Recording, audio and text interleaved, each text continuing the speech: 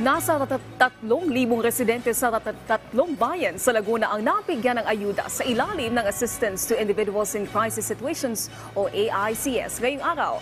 Nagmula ang mga benepisyaryo sa bayan ng Pagsarahan, Pila at Victoria kung saan nakatanggap sila ng tig 3,000 piso bawat isa. Naging katuwang naman ng Department of Social Welfare and Development sa pamamahagi ng tulong si Senador Amy Marcos.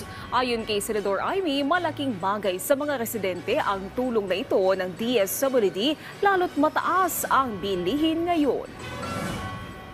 Para matulungan ang mga kapuspalat, kasi alam naman natin, may 4 Ps. Pero yung nakakatanggap sa Pantawid Pamilya, ilan lamang.